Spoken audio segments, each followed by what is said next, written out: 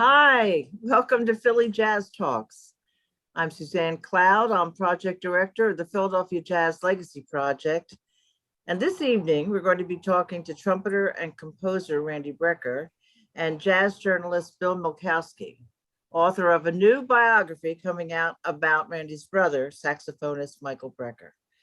I expect we will learn tonight a little bit more than we already do about the renowned musicians collectively called the Brecker Brothers, but who individually attained a command of their instruments and an understanding of the music unmatched by many coming out of the Philadelphia region. But before we do that, it's important that you know that these monthly jazz talks are brought to you by the Philadelphia Jazz Legacy Project, an organization whose mission is to establish a permanent jazz archive of Philadelphia area jazz artists through recordings, video interviews, manuscripts, material culture like photographs, programs, posters, anything that relates to Philly jazz and its history. I'd also like to thank the Philadelphia Cultural Fund for sponsoring these monthly talks, because without their help, these programs would not be possible. I'd also like to thank the people who supported us last month with their donations. Uh, Wendy, I consider them patrons for sure. Wendy Simon, Ann Carroll, William James, Vera Sivachuk, Dina Adler, Macy Miller, Susan Bartels, Jacob Haller, Carl Billards, Greg Moore, Jamie Ambersall, Richard Tedesco, and Bradford Dedman. Thanks to all of you. We appreciate it so very much. Um, just a brief note on what's happening next month.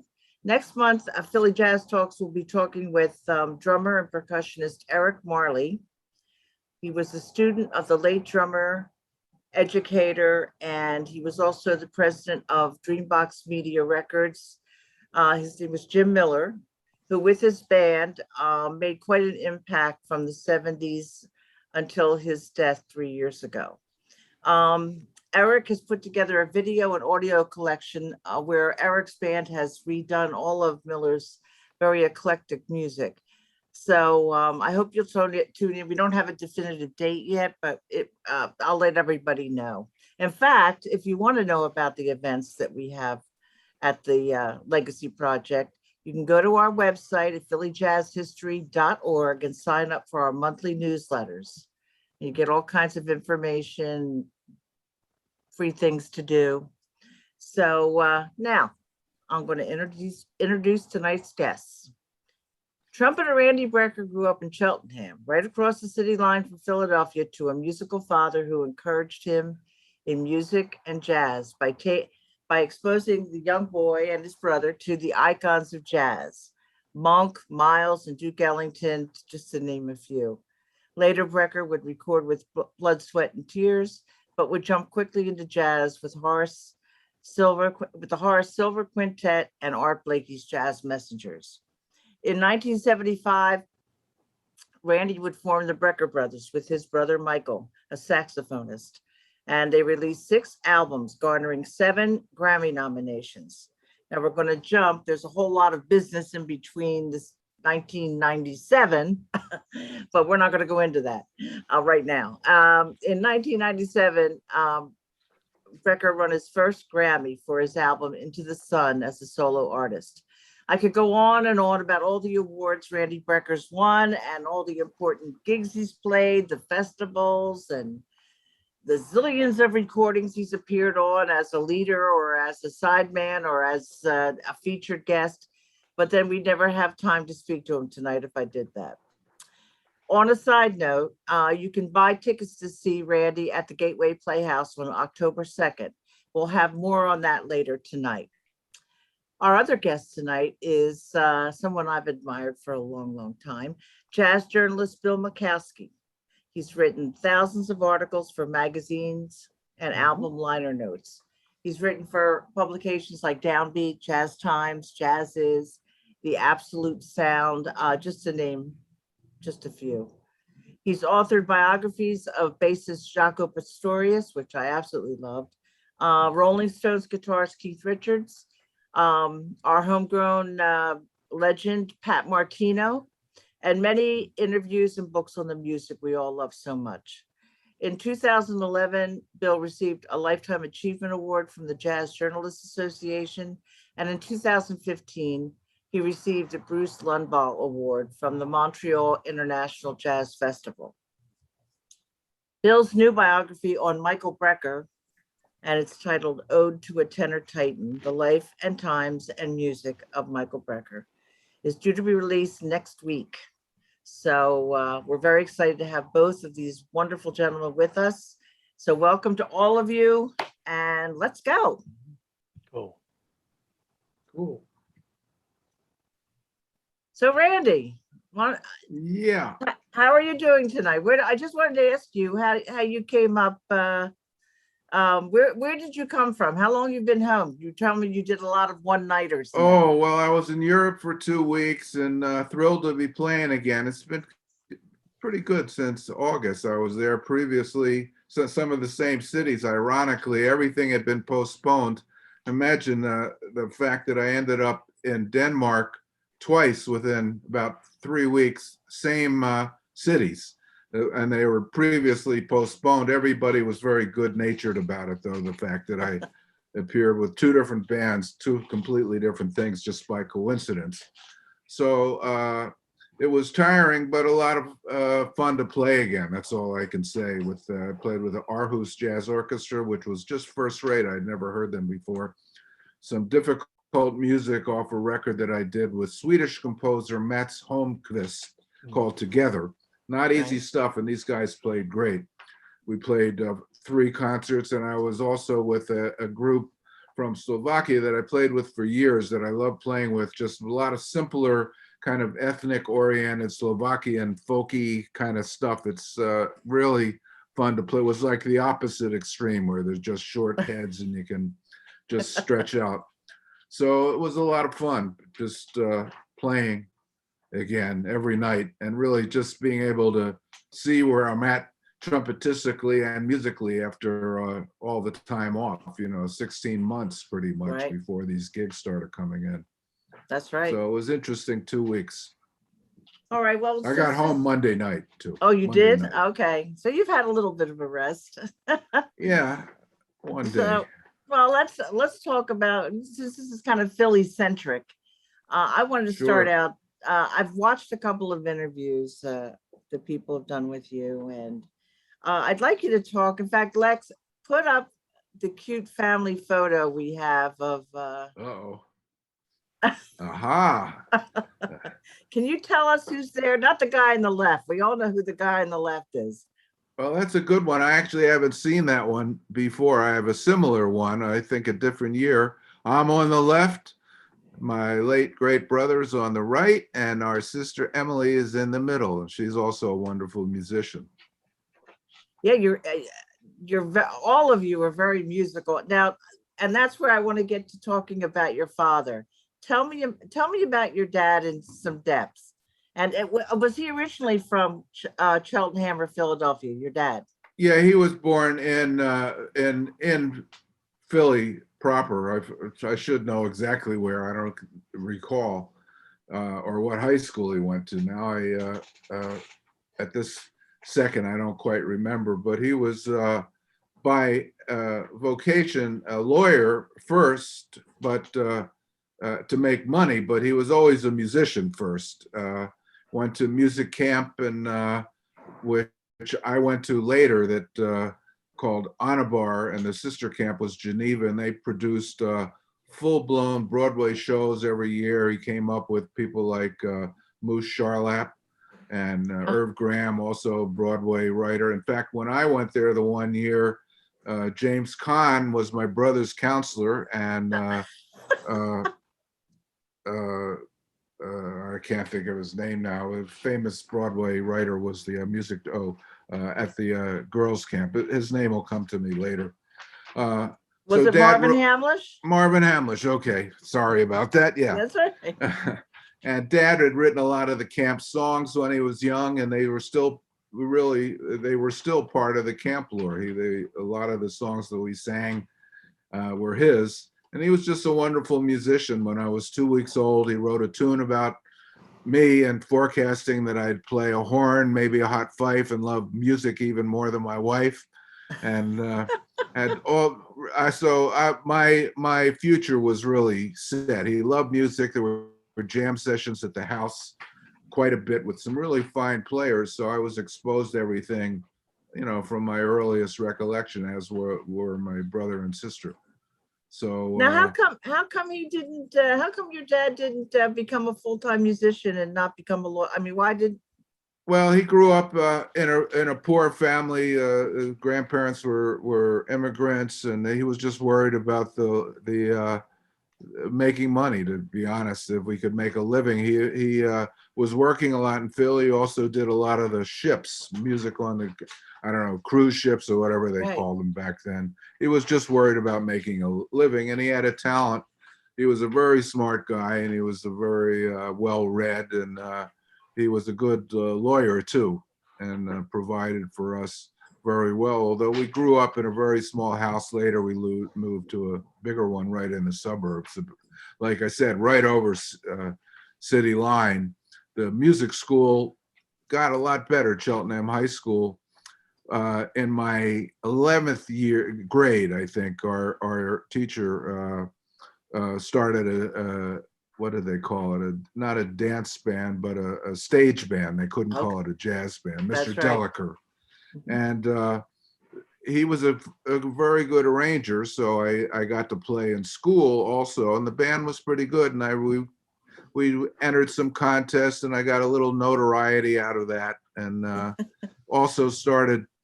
Dad would take me to sit in with musicians in Philly, among them Clarence C. Sharp. I Okay, suppose he was the most prevalent, and Bootsy Barnes came a little that's it. later, Larry McKenna. Mhm. A lot of the local guys. Billy Root was a big influence. He had an octet and heard me play and invited me to join his octet. We rehearsed a lot, and it was just fascinating to be there at that time.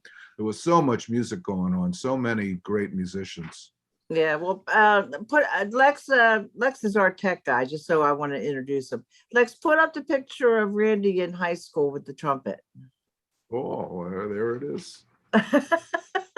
Haven't um, changed a bit. yeah, right. You named a lot of people, a lot of folks that a lot of people in Philly know. Billy Root, and I remember he must have been something to play with, because he was a real, very outspoken, crazy kind of guy. Oh And yeah. how old were you when you were like, sitting in with Billy? Well, I was in high school. That's when all this stuff started. So I was probably 16, maybe roughly. And you're right, he was a true character, Yeah. always talking about getting out of the business and going to electronics, whatever that meant. And he ended up, as many people know, moving to Las Vegas and having a very successful career there, playing in all the shows and the bands that played at all the casinos. But he was a wonderful player. The records with Dizzy, where he's in Dizzy's band, where one is called, of course, I won't remember the name, but he's playing baritone and just sounds great. And I just heard another record with the trombonist that he did, Benny Green, with his where he just sounds fantastic on tenor saxophone. And Gene Ammons is on that, and he Yeah. outjugs Jug on that one. So he was really a great player. Now, how did your dad manage to get you on these dates with these, like with Bootsy and with Larry and all these people? How did your dad work that Well, out? well, he had a lot of chutzpah, but I think they also knew him. It's some of the guys knew of his playing, and a lot of the local musicians, like I said, would come over to the house. Eventually, there was a wonderful trumpet player, Bobby Mojica, who sadly just passed away with the last couple of years. Had a moved to Detroit and also had some kind of business, but he was a great player. He sent me a bunch of recordings he had done over the years. And my first reaction was that, man, he sounds like me.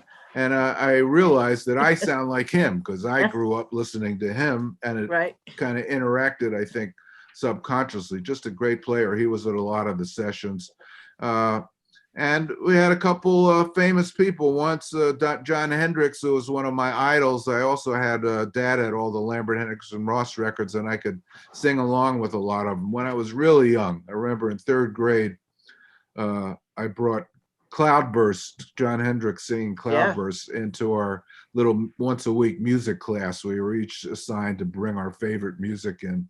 That was the beginnings of Elvis and the rock and roll era, and I was a little 8-year-old hip kid.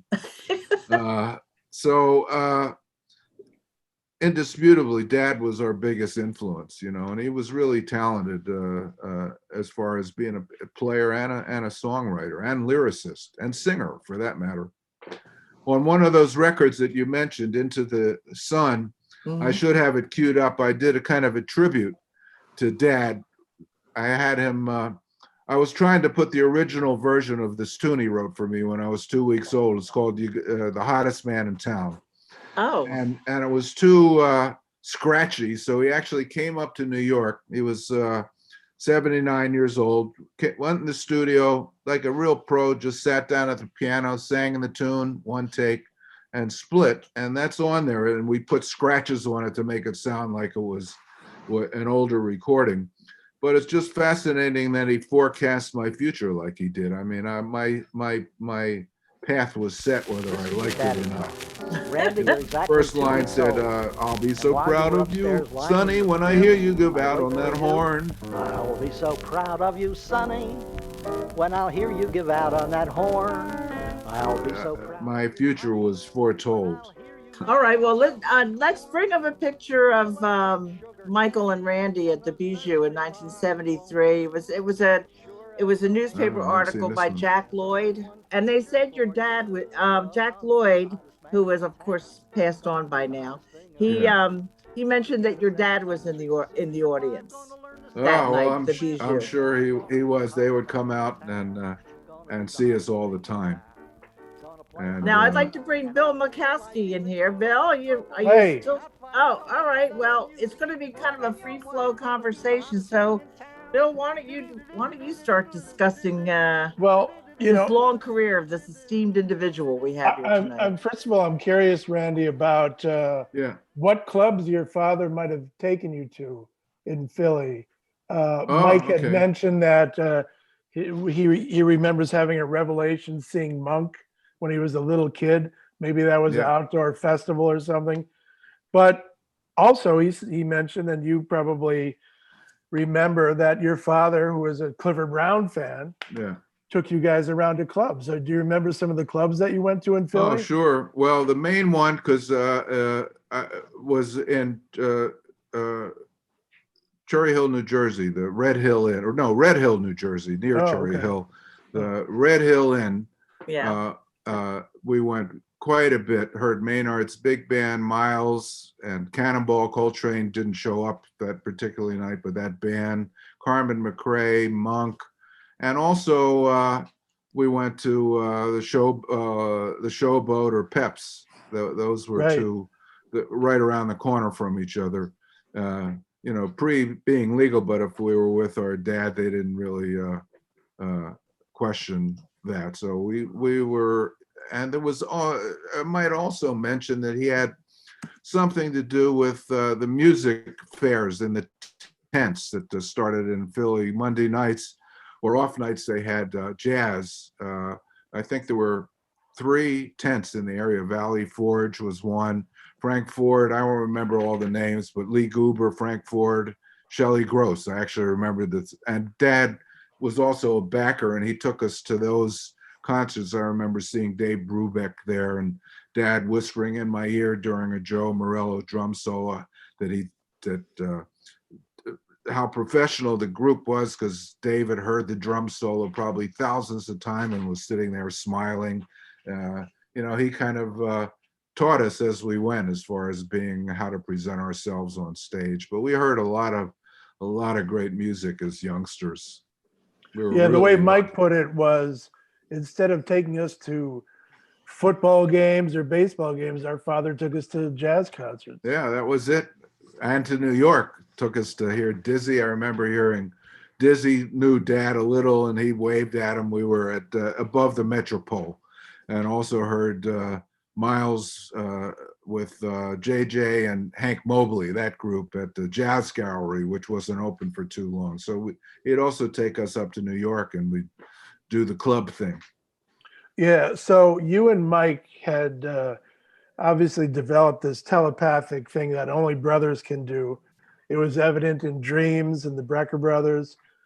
But it was also evident in your bathroom that you used to practice in as little kids. Mike on clarinet, right? And you were on trumpet. Yeah. How old were you then? And you sort of sensed an immediate chemistry way back then. Yeah, we did. Well, I would have been, he probably started in third grade, so he was 8, and I was probably 10 or 11. He started on clarinet with a wonderful player from the Philadelphia Orchestra, Leon Lester, and I had started with Sigmund Herring from the Philadelphia Orchestra. And we quickly discovered we had a joining, I guess you would call it a suite, joined by the bathroom, that the horn sounded way better with the echo and reverb in the bathroom. So we'd go in there as kids and just have a ball and play anything. You know, we just liked the sound. And we made a little tribute to that on my first record, which was called Score, where we did a tune called The Weasel Goes Out to Lunch. We played Pop Goes the Weasel. That's what we were doing as kids, playing nursery rhymes. And we improvised on it, and that's a kind of very cute duo on that first record. So we got, I think unconsciously, we were just connecting each other's brains at that young age. And strangely enough, we didn't really hook up till later, because the 3 years I left, went to Indiana University and went to New York. I hadn't really heard Mike. He was slowly developing in Philly with people like Eric Cravat. They had a band, and I didn't really get to hear him till years later, 1968. I'll just tell this story really quickly. Mike had ended up going to Indiana University, started a band called Mrs. Siemens Sound Band with the great trumpeter Randy Santke from Chicago. And they won a bunch of contests. They were disqualified from the Notre Dame Jazz Festival for playing jazz rock. They got disqualified. They were by far the best band you can imagine with that front line. And I was playing in 1968 with Horace Silver at the local club there. And Mike happened to be in Chicago with living up the street. And I took Benny Maupin and Billy Cobham over to where they rehearsed, Mrs. Siemens Sound Band. And I actually hadn't heard him play in years. He was playing alto, started in alto in 9th grade, and practiced with Mark Cohen, who's Mark Copeland now. I remember hearing them practicing on our side porch, but I hadn't heard him really. And we had a jam session at his crash pad, and boy, our jaws dropped, because he had already assimilated Coltrane, King Curtis, and that whole, this methodology was evident. He was kind of an uncut diamond, but we hadn't heard the saxophone played like that. He was still, like I said, probably 18, 19 years old. So I remember the look on Cobham and Benny Maupin's faces when we heard it, and mine, I'm sure. Right. Can I jump in here for a second? Yeah, sure. I wanted to ask you about one of the trumpet educators. He was also a contractor for Valley Forge Music Fair, Tony Marchione. Oh, yes. Yeah, Tony Marchione, we would say. Yeah. And he was just a wonderful trumpet player. I met him through Evan Solat. After about 5 or 6 years with Mr. Herring, I wanted to just change. I was time to change teachers, and through the grapevine, I heard about Evan. Forget how we met, but he was a wonderful lead player, writer, just a wonderful trumpet player. He suggested Tony Marcione, who was just a fantastic classical trumpet player. Didn't improvise, but he had gone to school and had taught Lee Morgan, was around jazz musicians. He was a kind of jazz musician in a classical musician's headset body. He knew about jazz, he just didn't improvise. So he was a great teacher, and his son, Nick Marchione, is one of the top lead players, and just all around, not lead player, he plays anything in New York now, great jazz player. And so that Marchione legend kind of lives on in Nick. I'm happy to hear. But Tony was fantastic. And like I said, taught Lee Morgan and was part of Massbaum Technical High School where all those guys went to school. So Right. I was very lucky to have met him and studied with him till I went to Indiana. We should mention that, Randy, you are about 3.5 years older than Mike. Right, right. And so when you went off to Indiana, Mike hadn't really committed to music yet. He was interested in basketball. Right, And you right. mentioned that he was sort of equally interested in science. He had a chemistry set in the basement. Yeah, yeah. So at the time you left for college, you weren't sure that he was going to be a musician at all. Yeah, it's true. He had, he liked to play. I think he was in a transition period because he never quite took to the clarinet. But at the same time, that really gave him, unbeknownst to him as a kid, that really gave him a great foundation to be a saxophone player. In 9th grade, he switched to, and I was already gone, he switched to alto, and I sent him my Dave Baker lessons. I was studying with Dave Baker in Indianapolis. I would copy him and send Mike but he still wasn't really, he didn't really get the bug until he started to hear Coltrane and digest, and that was it for him. After Coltrane, like a lot of saxophone players, Right. when you hear him, that's it. That's what he had to do. Yeah, I talked to Vince Trombetta, who was Mike's teacher. Yeah, yeah. I think he was maybe 16 when he started with him. Yeah, that sounds about right. And he showed up on alto. Your mother had approached Vince Trombetta at some gig and asked if he gave lessons. And I guess Mike had to take 2 buses to go from your house out to where That could Vince very lived. well be. Yeah. And right away, that shows the dedication involved in him wanting to improve. But Vince sort of eventually, pretty quickly said, "You're not an alto player. You don't sound like Phil Woods. What you are sounding like is John Coltrane. You should switch to tenor." And Vince, who was also working in the band in the Mike Douglas show, Yeah, right, in Philadelphia, right. helped your parents get Mike his first tenor. And he made that transition. Well, that's something new. So that's why everyone has to get that book, because there's a lot in there that even I don't know. Well, one thing I'd like to clarify is, one of the really incredible life-changing events for Mike was seeing Train actually Right. in concert at Temple University, November 11th, 1966. Were you there? Were you at that concert with him? No, I wasn't. I was. He went with somebody. I wonder if it was Mark Copeland or Mark It Cohen. could have been. I know he went with someone, but I don't remember who. Could have been Mark Kramer too, who he was. Oh, playing okay. with.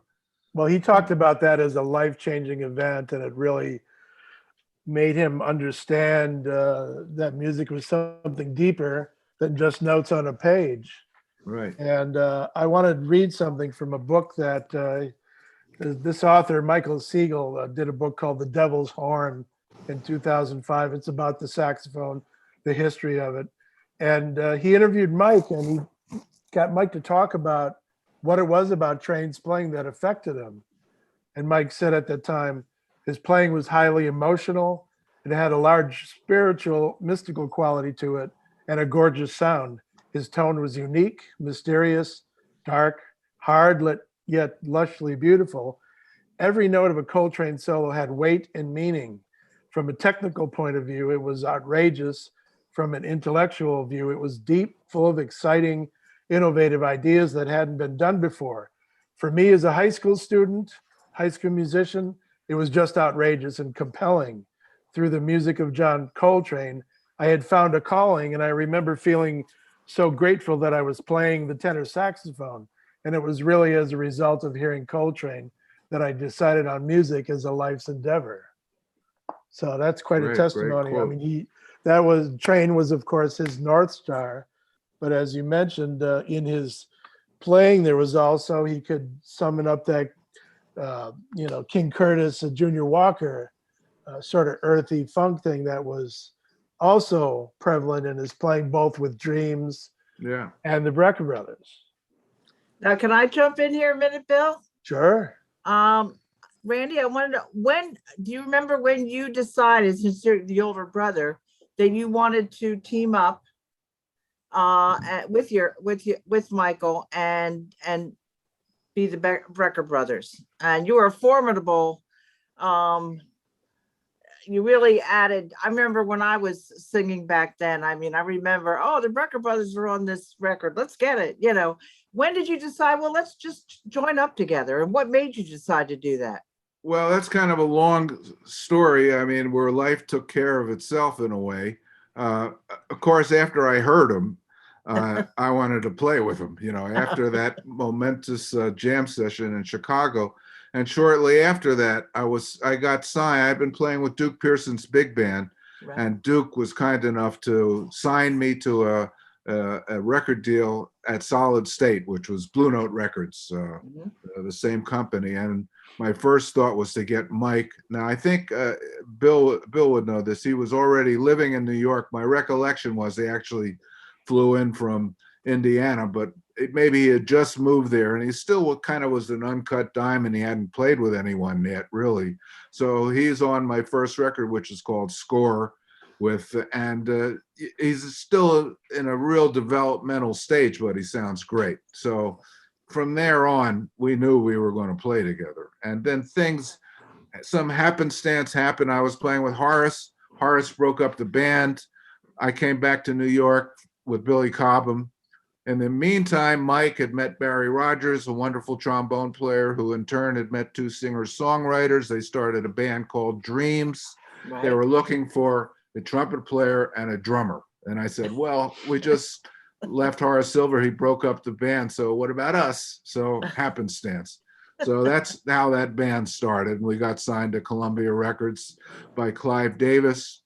Mhm. Did two semi-cult successful records. It didn't quite sell as much as we wanted. Billy left the band to join Mahavishnu. We couldn't find a drummer to replace him because nobody played like that yet. They had a lot of success. We rejoined Billy's band together for a couple years, did a lot of recording with Billy.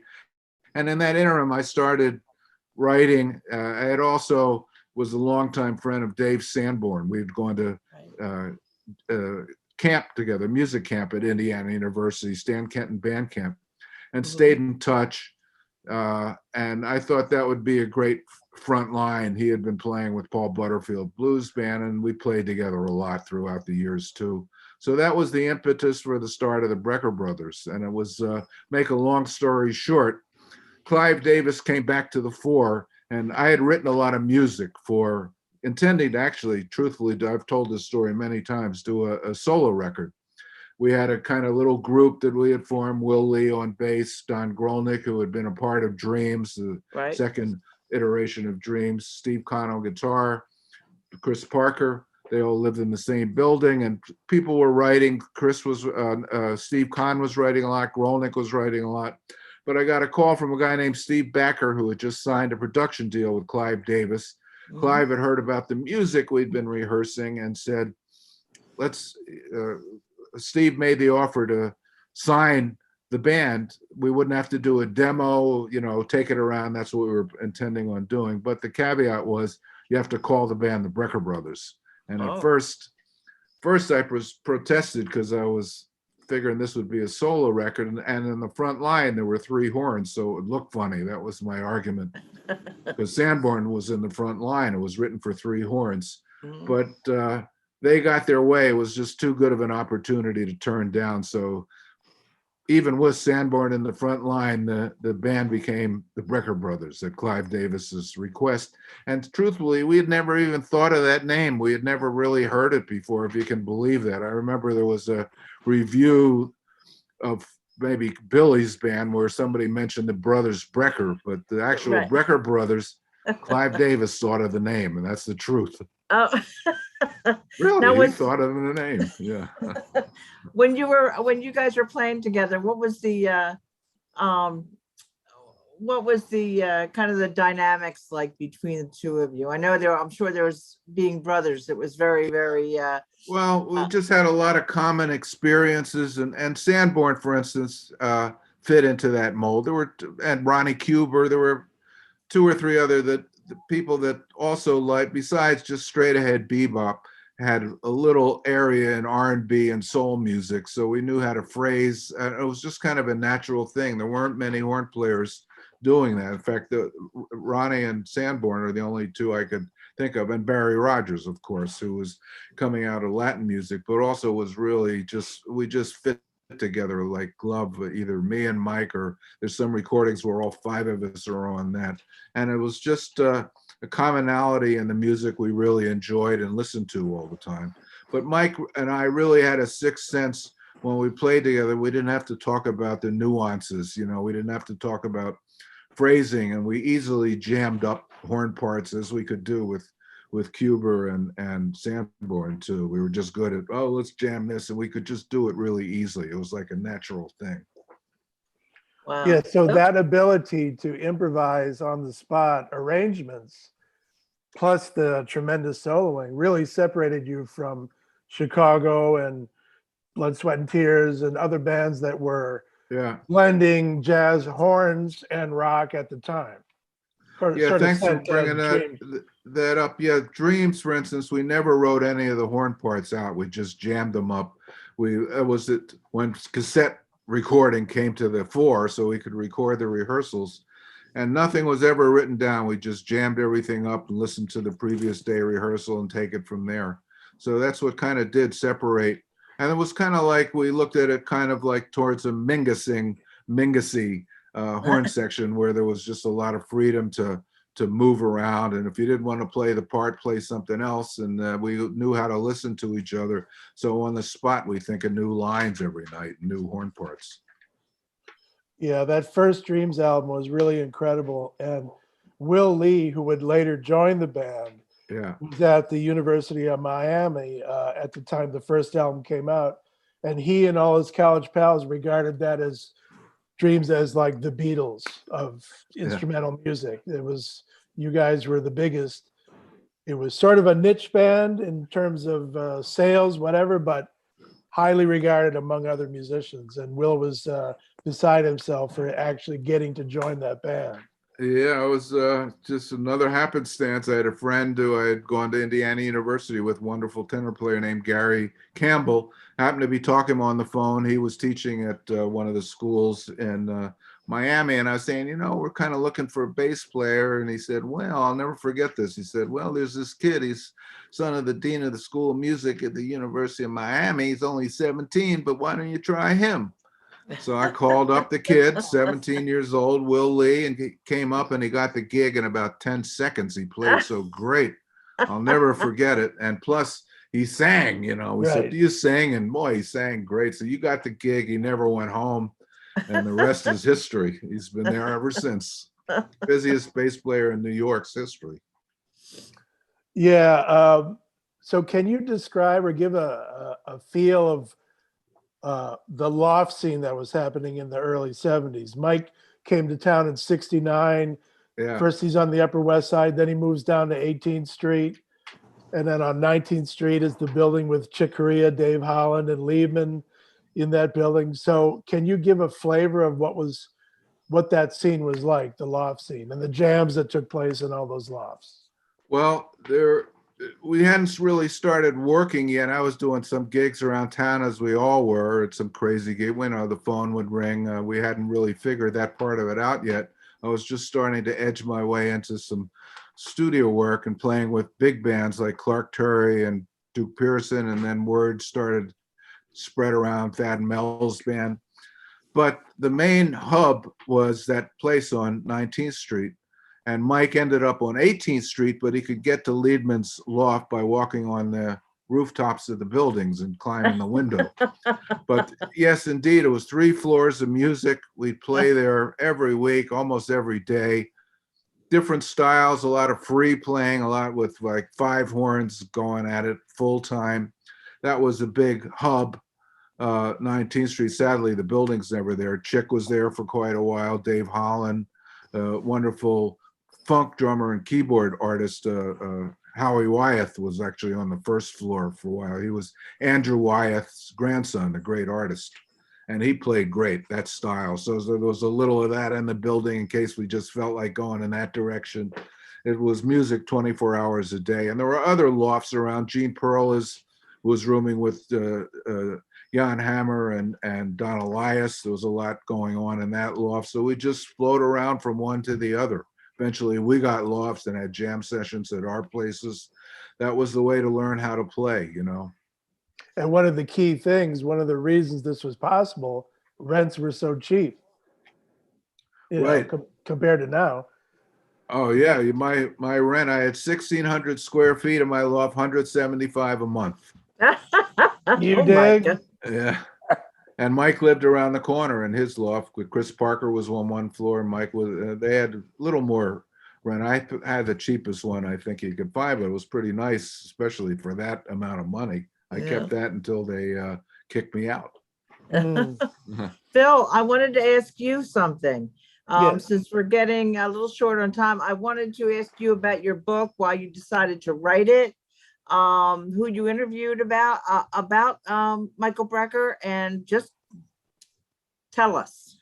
All right. Well, you know, Mike, of course, the name of the book is Ode to a Tenor Titan, because he was precisely that. Let me read just the opening couple of lines from the preface of this book. He was a generational talent. After John Coltrane, there was no more revered and profoundly influential saxophonist on the planet than Michael Brecker. For those of us coming of age in the 1970s, during that transitional decade when the boundaries between rock and jazz began to blur, he stood out as a transitional, transcendent figure. He was our train. And that's very true. And as much as I did admire and came to revere him, I also became friends with him.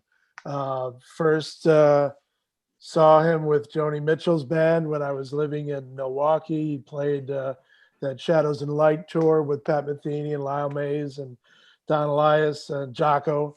And then after I moved to New York in 1980, I started seeing him and Randy a lot at 7th Avenue South, and first interviewed Mike in '82 when he had the very beautiful Klaus Ogerman album, Cityscape, which was a incredible orchestral album that Klaus wrote with Mike in mind, similar to Gil Evans with Miles on Sketches of Spain. It was Mike's voice predominating melodically and passionately throughout this whole production. And I just continued to interview him and Randy over time and got to be friendly with him. And I just, it was such a incredible story. I mean, the tragedy of how he really went through so much triumph as a musician, as a composer. He blossomed into a composer. And came to fruition as a composer, I would say, with his Quintet album, Wide Angles, and to be at the peak of his artistry and at the peak of contentment with his family, with two beautiful children and a loving wife, and living in Hastings on Hudson, and to have it suddenly interrupted by this horrible disease that eventually took him out, MDS, was just a Shakespearean tragedy. And for me, as a writer, as a journalist, it was a beautiful story, but also as someone who felt a personal connection to Mike. I had a bout with cancer myself in 1987, and at that time I didn't have insurance like many freelancers. Right. And my colleagues organized a charity gig at the Old Tramps when it was on 15th Street.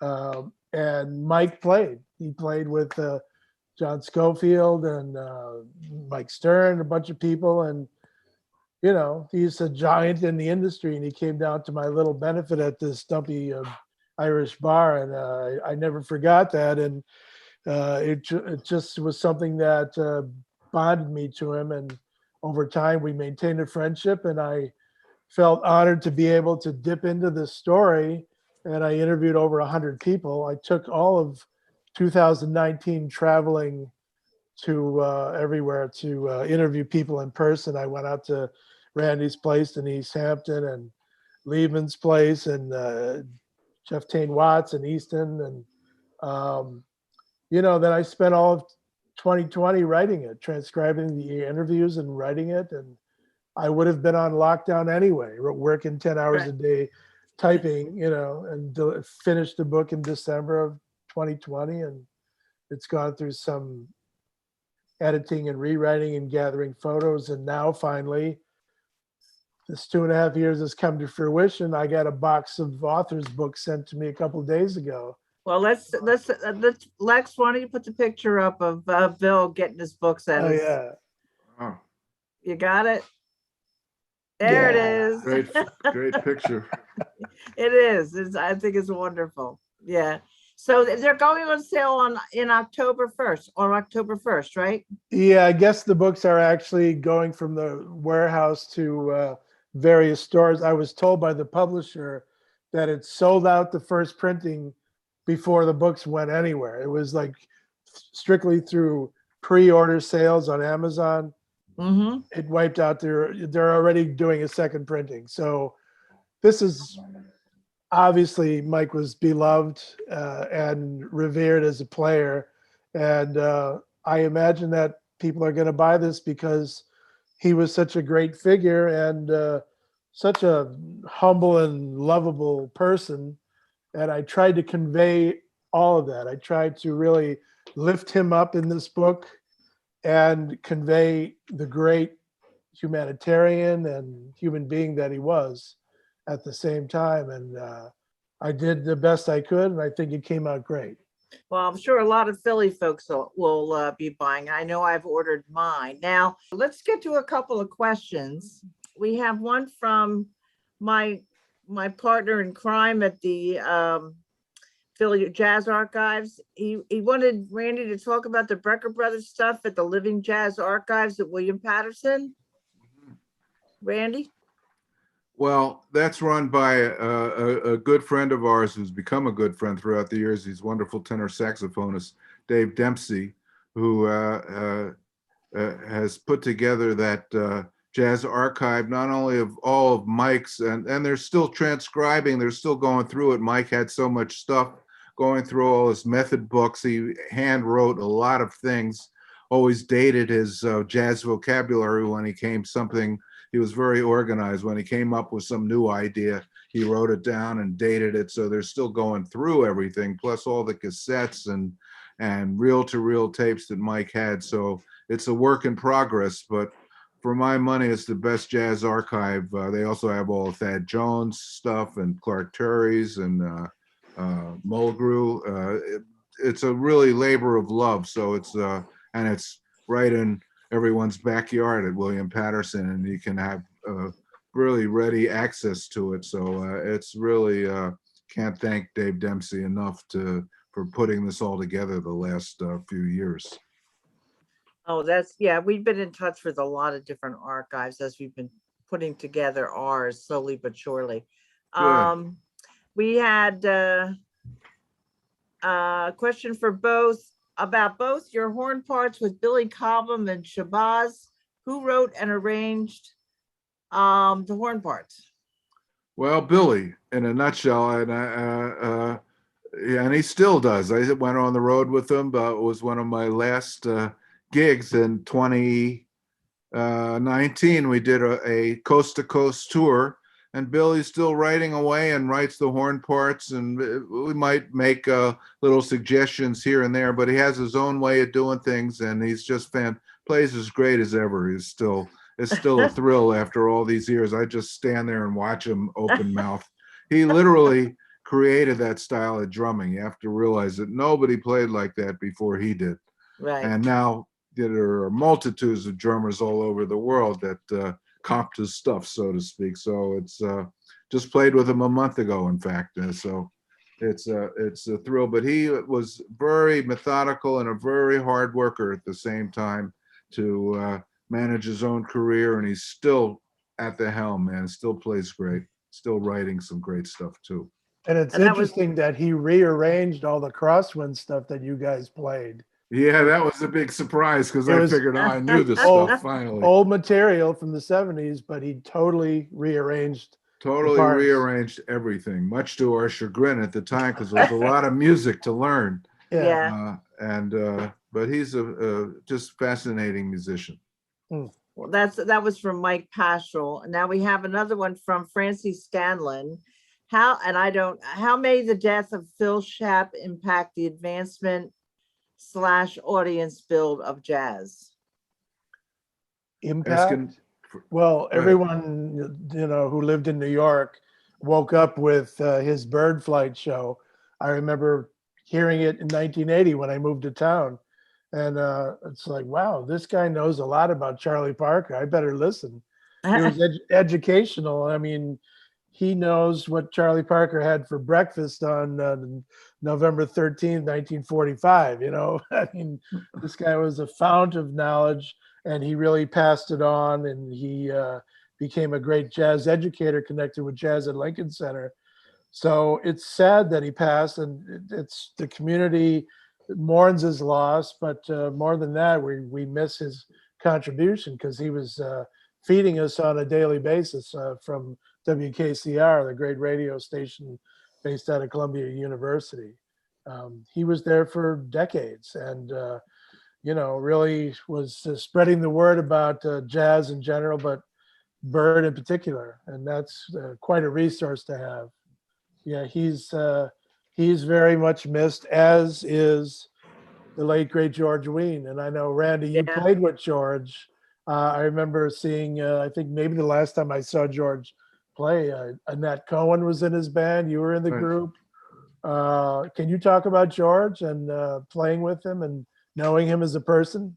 Well, I posted something on my Facebook page, not my fan page. I have to switch it over there, but if you want to check that out. But I had been working for George in one capacity or another since the 60s.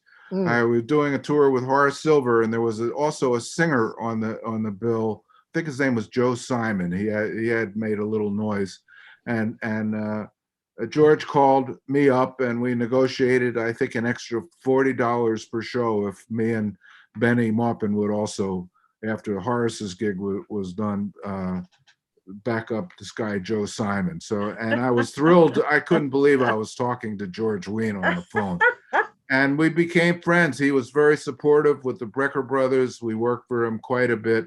Every few years or so, I do a tour, the 40th anniversary of Newport and the 50th anniversary, and he was just a wonderful man. It's kind of not the end of an era, because I think he's got the whole thing covered at Newport. And what can I say? He invented the idea of festivals, outdoor That's right. festivals, multi-day, multi-groups. What a incredible life he had. And he was a pretty damn good piano player. He always short-circuited him. I mean, he didn't give himself enough credit, and he was a great band leader. We always had a great time, and there were kind of multi-generational bands with George at the helm. So I'll miss those gigs too, besides him, and I'll miss him immensely. We would talk every now and then on the phone.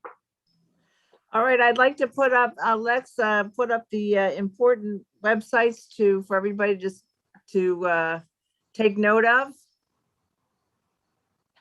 Oh, yeah, there we go. All right. As everybody can see, and I'll send this to everybody who signed up, so you can buy Bill Milkowski's book, and you can go to Randy Brecker's website, and there's also a website for the Gateway by the Bay, where you can buy tickets for Randy's concert.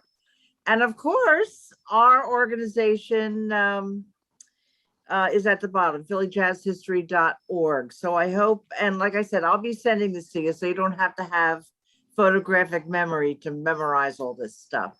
And I want to, this hour went by so quickly, guys. I want to thank Sure did.